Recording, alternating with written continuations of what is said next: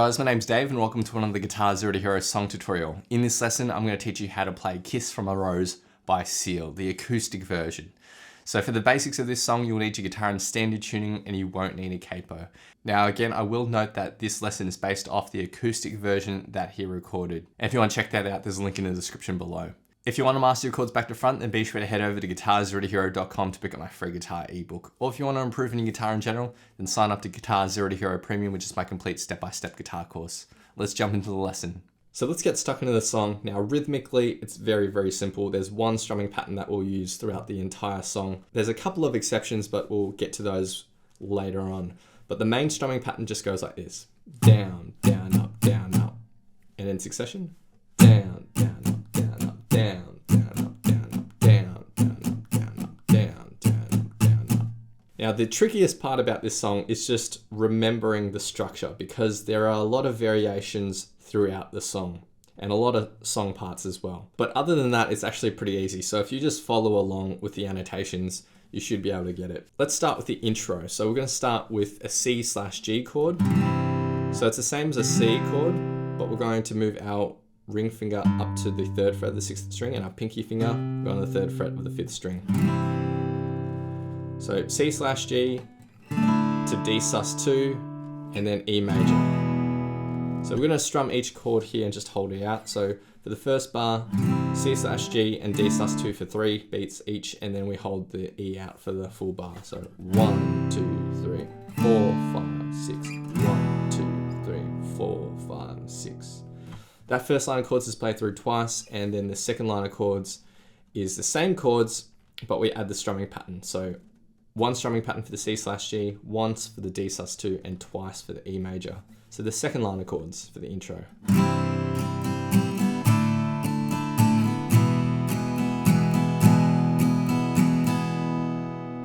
And that's played through twice as well. So pretty simple. Now, if that C/G is a little tricky for you, then you can just play the regular C instead of the C/G.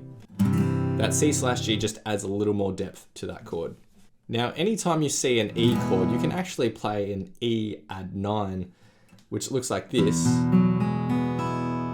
And this is actually in the studio acoustic version. He uses this E add 9 quite a bit. So it's the same as an E shape, but you lift your ring finger and use your pinky finger to play that 4th fret of the 4th string. So it's a bit of a stretch, but it's a beautiful sounding chord. And sounds really great in the context of the song. So anywhere where there's an E, you can replace it for an E add 9 if you want to really spice things up. But for simplicity's sake, I'm going to be using the E for this entire song. Let's get to the first verse, and there's 3 lines of chords here. So we're going to continue on with our E major chord for 2 strumming patterns. Then we go C/G, D sus2 for the first line of chords. For the second line of chords, we go E major for 1 strumming pattern. Then we're going to go to an E major 7. So you'll just shuffle your fingers around here. So index and middle will go on the 1st frets of the 4th and 3rd string, and your ring finger will go on the 2nd fret of the 5th string. So that's E major 7. We played that for 2 strumming patterns. So you'll actually notice something here. For this particular bar, we actually go to 9/8 timing. So there's 9 beats in this bar as opposed to 6. We're just throwing in an extra chord. So just some interesting songwriting here. 9/8 timing. And then we go back to 6/8 timing with C/G and D sus2 for 1 strumming pattern each. For the third line of chords, we go back to our E major for 3 strumming patterns. And then for the second line of chords, we play a D and then an A chord for 1 strumming pattern each. So each chord you see down here is just strummed for 1 strumming pattern, and the verse 1 will sound like this.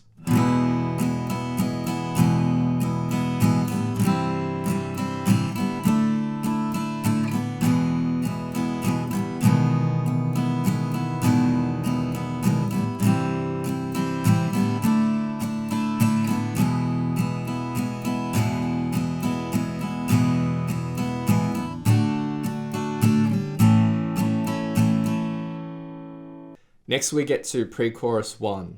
So we're going to start with an E major for 1 strumming pattern.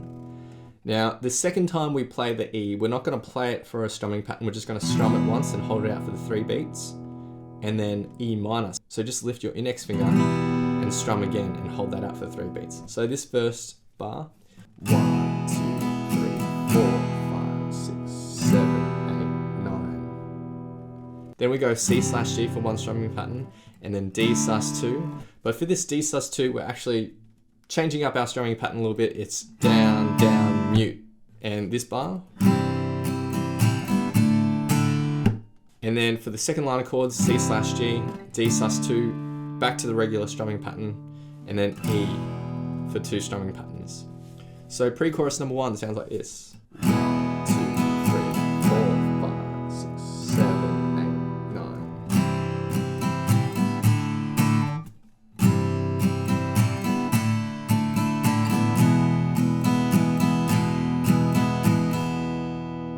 Next we get to chorus 1, which is also the same as chorus 2 and chorus 4.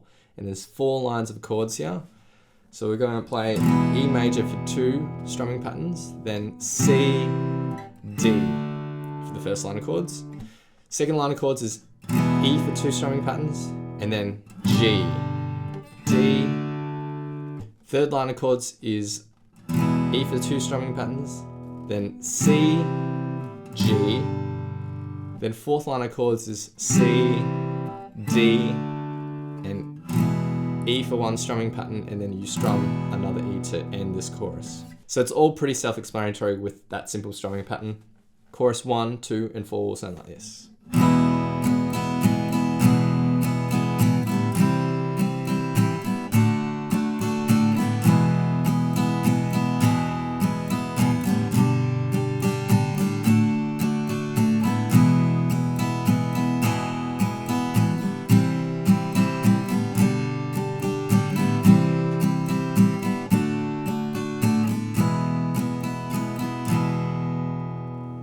Next we get to break number 1, which is similar to the second line of chords in the intro. So nothing new to learn there. Now verse number 2 differs from verse 1 because we have 4 lines of chords here. So the first 2 lines of chords for verse 2 are the same as verse 1. So nothing new to learn there. Now when we get to the third line of chords, we're going to hit the E and then mute it immediately and hold that out just for 1 bar. So 1, 2, 3, 4, 5, 6. And then we go to C/G, D sus2. And for the fourth line of chords, E for 2 strumming patterns, C/G, and D sus4. So verse number 2 sounds like this.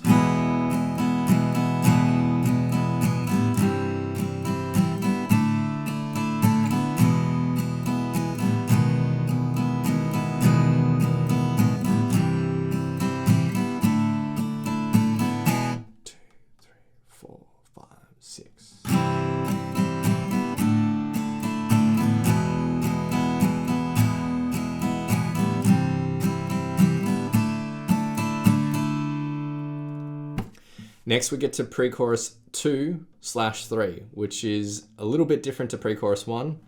So we're just going to hit E minor, hold out for 3 beats, E minor for 3 beats, and then C/G, D sus2. We're returning to the strumming pattern here for the second bar. Then for the second line of chords, C/G, D sus2, and then E for 2 strumming patterns. So pre-chorus number 2 and 3, 1, 2, 3, 4, 5, 6.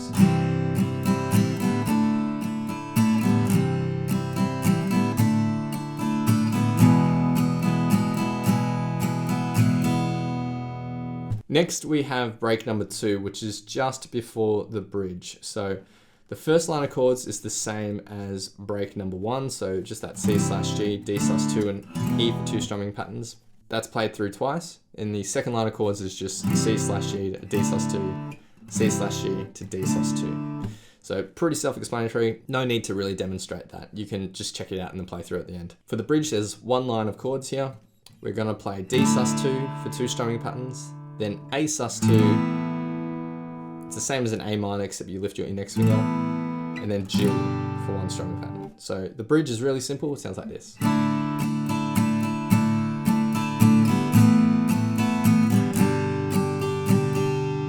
And you just repeat that again and again. Next we get to verse 3, which is a lot more simple than the other verses. For our first line of chords, it's E for 2 strumming patterns, C/G, and D sus2. And we'll play that through twice. The second line of chords, we're hitting that E, pausing it for that full bar, and then returning to C/G, D sus2. And the third line of chords is the same as the first line of chords.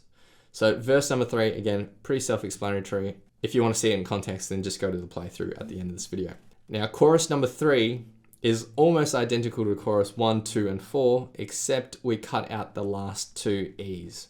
So that's really easy as well. Break number 3, just before the outro, is simple. We just have C/G, D sus2, 2 E's, then C/G, D sus2, and then one final E where we just hold that out. That's really easy to follow as well. And finally, we have the outro. We start with a C major 7/G, and it looks like this. So use your E major chord shape, but just shift it up 1 string and up 1 fret. So middle and ring finger on the 3rd frets of the 6th and 5th strings, and index on the 2nd fret of the 4th string.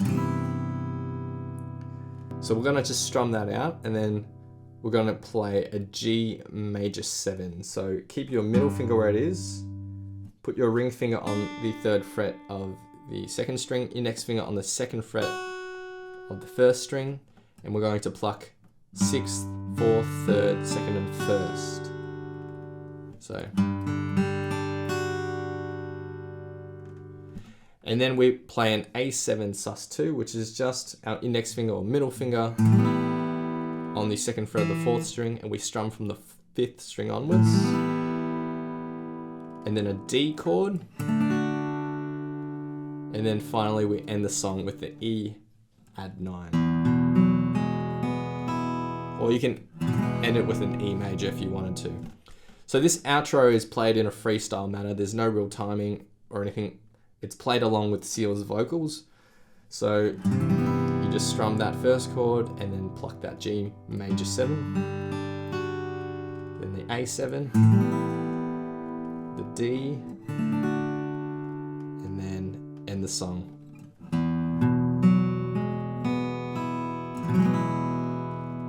So it's a really beautiful ending to this epic track. Those are all the parts. Rhythmically, as I said, it's pretty simple because we just use that 1 strumming pattern the whole way through. The trickiest part is just remembering all the parts and all the pauses. So now I'll just teach you some lead guitar parts if you want to play the riff in the intro and breaks. So let's start with the intro, and there's 2 lines of tab here. So we're going to start with the 9th fret of the 3rd string, and then 7th fret of the 2nd string, and then go to the 8th fret of the 2nd string. So 3 notes there. Then for our next section, we go 10th fret, 8th fret, and then we're going to go to the 5th, hammer onto the 7th with our ring finger, back down to 5th, then 7th fret of the 3rd string, and back to 5th. So that whole chunk.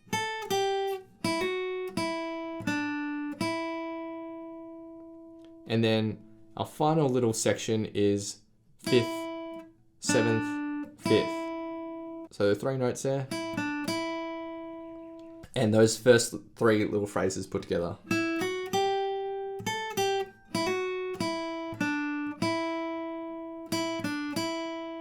So continue on, we're going to play that 3-note phrase that we had at the start of this riff. And then for our next phrase, it's 10th, 8th, hammer on from 5th to 7th, and then 7th fret of the 3rd string, and back up to 7th fret of the 2nd string, and then end on the 5th fret.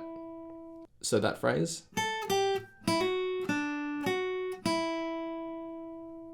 The second line of tab is basically identical to the first line of tab, so it's pretty simple. And the intro lead in total.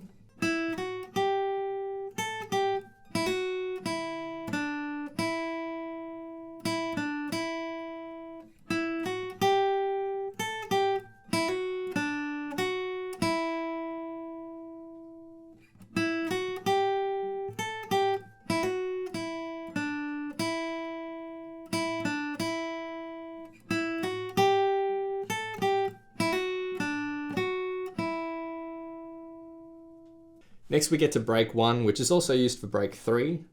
And the riff is just the first line of tab that we had in the intro, so really nothing new to learn there. The next lead part is for break number 2, and things differ a tiny bit here. So there's 2 lines of tab. Our first line of tab's identical to the first line of tab for intro.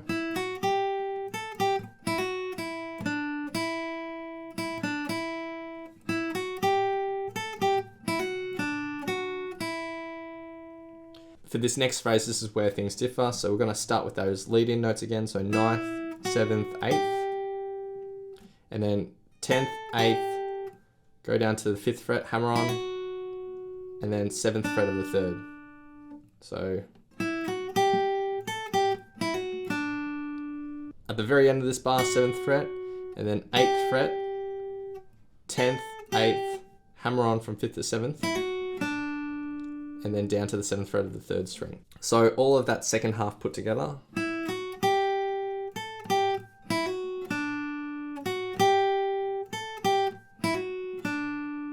And that's it for break number 2. So all the lead parts are pretty simple. So now I'll be doing a full playthrough of the song, and I'll have my good friend Eric lending his awesome vocals to this playthrough. Feel free to play this back as many times as you'd like to practice, play along to, and see how you go.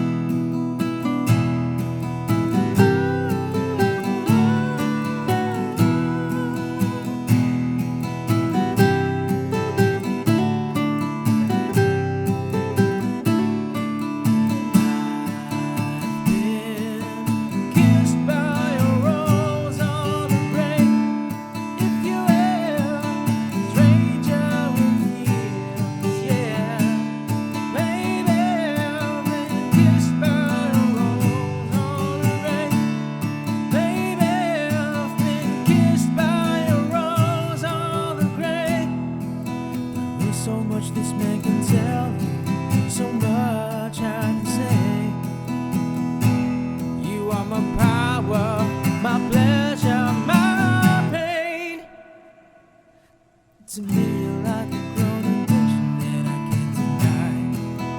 Won't you tell me, is that healthy, babe? But do you know that when it snows,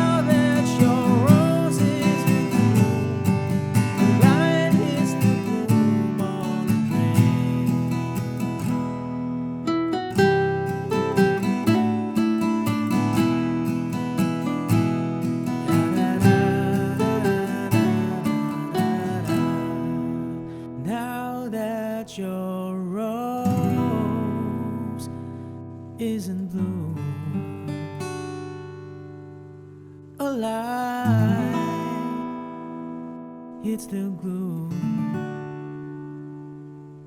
on the grave.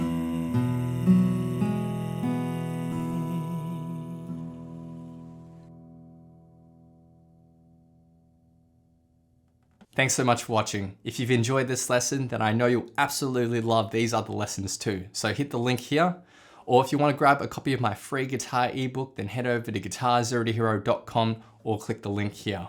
Thanks so much, and I'll see you guys next time on Guitar Zero to Hero. Cheers.